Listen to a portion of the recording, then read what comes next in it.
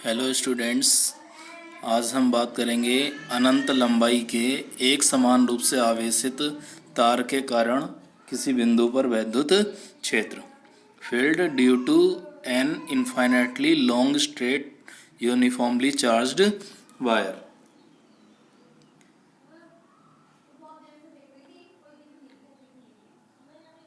तो ये कोई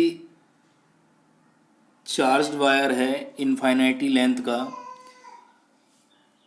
जिसकी लीनियर चार्ज डेंसिटी लैम्डा है। रेखीय आवेश घनत्व उसका लैम्डा है। इस तार के निकट कोई पॉइंट है P। इस पॉइंट पर हमें इलेक्ट्रिक फील्ड इंटेंसिटी निकालनी है। तो इलेक्ट्रिक फील्ड इंटेंसिटी निकालने के लिए हमने इस वायर को एक्सिस मानकर R रेडियस का एक सिलेंड्रिकल गॉसियन सरफेस ड्रॉ कर लिया। सिलेंड्रिकल गॉसियन सरफेस में 3 सरफेस होती हैं।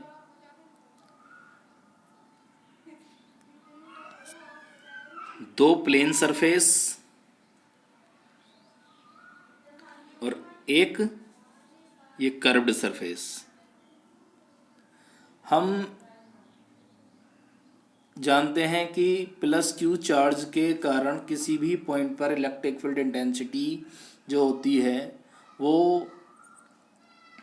आउटवर्ड डायरेक्शन में होती है। तो इलेक्ट्रिक फील्ड इंटेंसिटी की डायरेक्शन हम देखेंगे, ये इलेक्ट्रिक फील्ड इंटेंसिटी की डायरेक्शन है। ऐसे ही अगर वायर के दूसरी साइड की बात करेंगे तो इलेक्ट्रिक फील्ड इंटेंसिटी की डायरेक्शन ये होगी।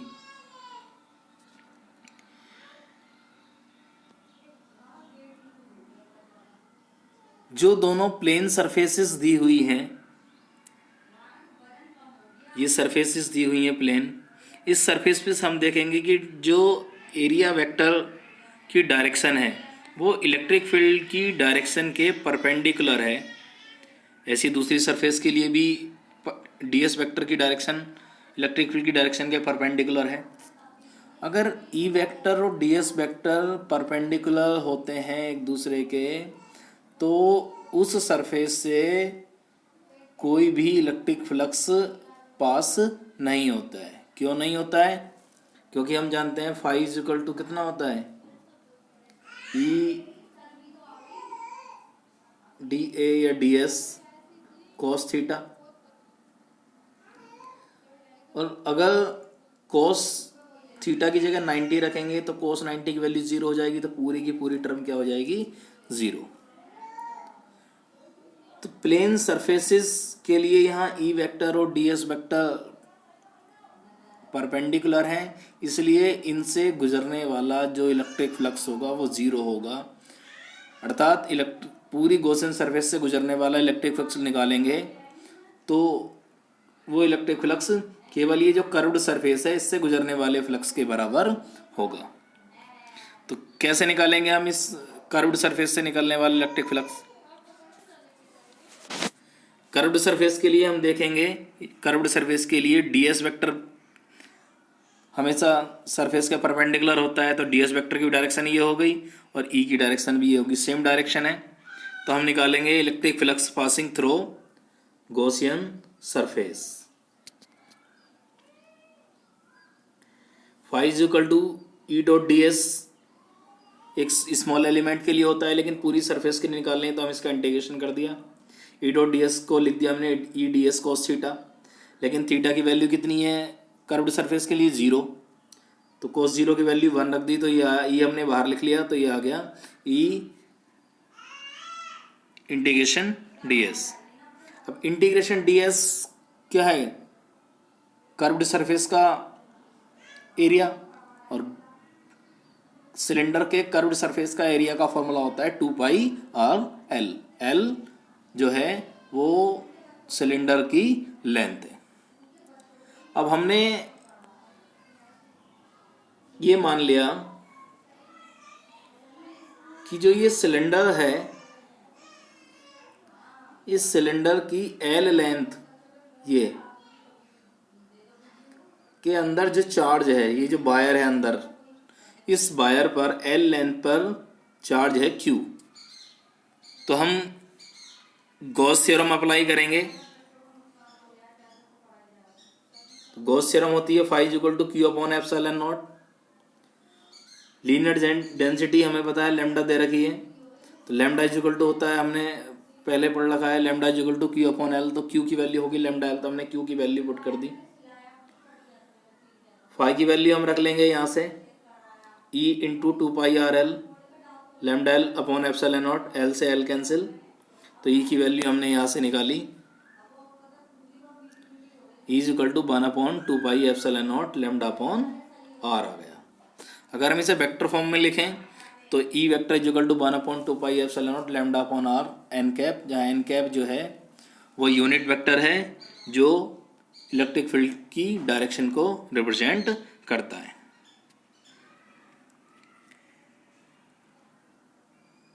हम पहले भी हालांकि कई बार पढ़ चुके हैं कि ई vector is directed outward. E vector जो डायग्राम में दिखाया भी गया है, ई वेक्टर बाहर की तरफ होगा अगर लैम्डा पॉजिटिव है, और लैम्डा अगर नेगेटिव है तो ई वेक्टर की डायरेक्शन वायर के तरफ होगी। सेकेंड पॉइंट लिखा हुआ है कि इलेक्ट्रिक फील्ड जो होता है लीनियर चार्ज डिस्ट्रीब्यूशन के कारण, मतलब वायर पर जो चार्ज डिस्ट्रीब्यूशन है, तार पर जो चार्ज है वो एक समान रूप से वितरित है। तो इलेक्ट्रिक फील्ड जो आया है वो आया है, जिस पॉइंट पर भी इलेक्ट्रिक फील्ड निकालना है वो डिस्टेंस के इन्वर्सली प्रोपोर्शनल। तो लीनियर चार्ज डिस्ट्रीब्यूशन के कारण इलेक्ट्रिक फील्ड डिस्टेंस के इन्वर्सली प्रोपोर्शनल होता है, व्युत्क्रमानुपाती होता है। नेक्स्ट टॉपिक की बात करेंगे अब हम। कोई अनंत विस्तार की एक समान रूप से आवेशित सीट है, चादर है कोई, उस चादर के निकट किसी पॉइंट पर अगर हमें इलेक्ट्रिक फील्ड निकालना है तो electric field due to uniformly charge infinite plane sheet, अभी हमने निकाला यूनिफॉर्मली चार्ज स्ट्रेट वायर के कारण, अब हम निकालेंगे सीट के कारण।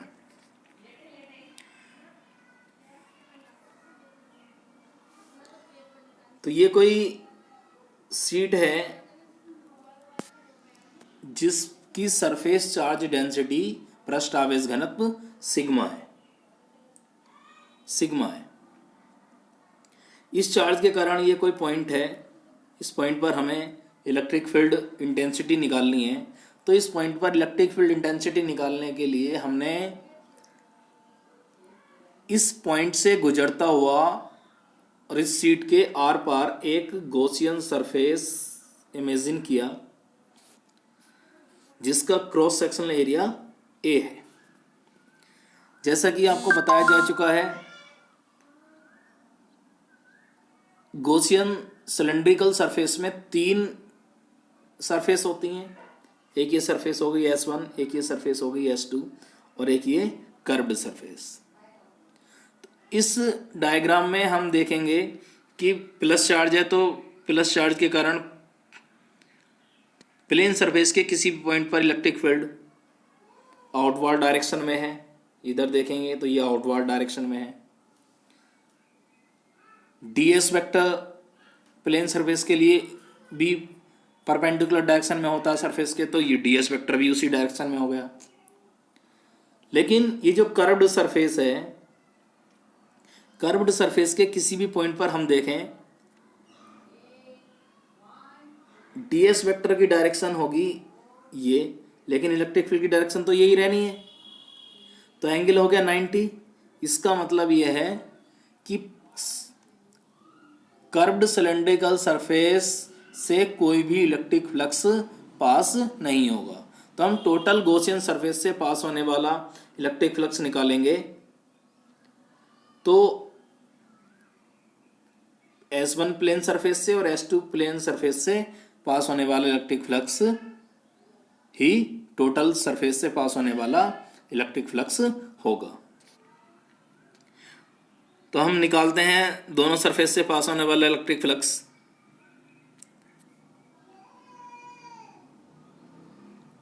पहली सरफेस के लिए फॉर्मूला लगा दिया हमने E डॉट डी एस, दूसरी सरफेस के लिए लगा दिया। E और ds के बीच का एंगल प्लेन सरफेस के लिए 0 है, तो ई डी एस कोस 0 हो गया, कोस 0 की वैल्यू 1, तो ई डी एस आ गया, ई डी एस आ गया।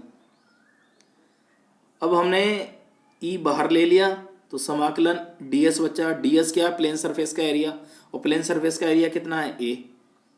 तो ई ए ये हो गया और ई ए ये हो गया, तो कितना आ गया? Phi is equal to 2EA। हमने इक्वेशन फर्स्ट मान ली। अब हमने ये माना कि जो सीट सिलेंडर के अंदर आई है ए एरिया की, उस एरिया पर चार्ज Q है। तो हम गॉसियन थ्योरम अप्लाई कर दें। गॉस थ्योरम कहती है कि अगर किसी सरफेस के अंदर Q चार्ज है तो इलेक्ट्रिक फ्लक्स होता है phi is equal to Q upon epsilon naught. Charge density, surface charge density का फॉर्मूला होता है sigma is equal to Q upon A. तो यहाँ से Q हो गया सिग्मा इंटू ए। तो हमने Q की वैल्यू पुट कर दी, फाई की वैल्यू हमने पुट कर दी 2EA अभी हमने निकाली है। ये sigma A upon epsilon naught ऐसे आ गया, ए से ए कैंसिल, तो E इज इक्वल टू आया हमारा sigma upon 2 epsilon naught. Vector form में लिख सकते हैं, तो ये हो जाएगा E is equal to sigma upon 2 epsilon naught n cap, जहाँ एन कैप वही यूनिट वेक्टर है जो इलेक्ट्रिक फील्ड की डायरेक्शन को रिप्रेजेंट करता है। और इलेक्ट्रिक फील्ड डायरेक्शन क्या होगी? Normal to the plane surface, plane surface के परपेंडिकुलर होगी। Going away from it plus charge दे रखा है, लेकिन अगर ये निगेटिव चार्ज होता तो इनवर्ड डायरेक्शन में होती। यहाँ ये महत्वपूर्ण पॉइंट है कि जो चार्ज इनफाइनाइट प्लेन सीट है, अनंत विस्तार की जो चादर है, इस चादर के कारण जो इलेक्ट्रिक फील्ड है वो आया सिग्मा अपॉन 2 एप्सिलॉन नॉट। मतलब इसमें कहीं भी पॉइंट की डिस्टेंस नहीं है कि कितनी डिस्टेंस पर पॉइंट है, अर्थात इलेक्ट्रिक फील्ड जो होता है सीट के कारण किसी पॉइंट पर, वो डिस्टेंस पर डिपेंड नहीं करता। Electric field does not depend on the distance of point from the sheet. इस टॉपिक का यूज करते हुए हम एक और टॉपिक निकाल रहे हैं।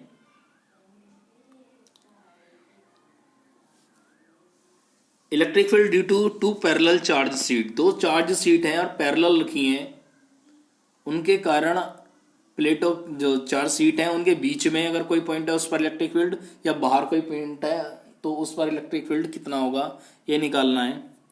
तो इसके लिए हमने 2 चार्ज सीट ली। पहली सीट पर चार्ज डेंसिटी प्लस सिग्मा है, दूसरी की surface charge density minus sigma है।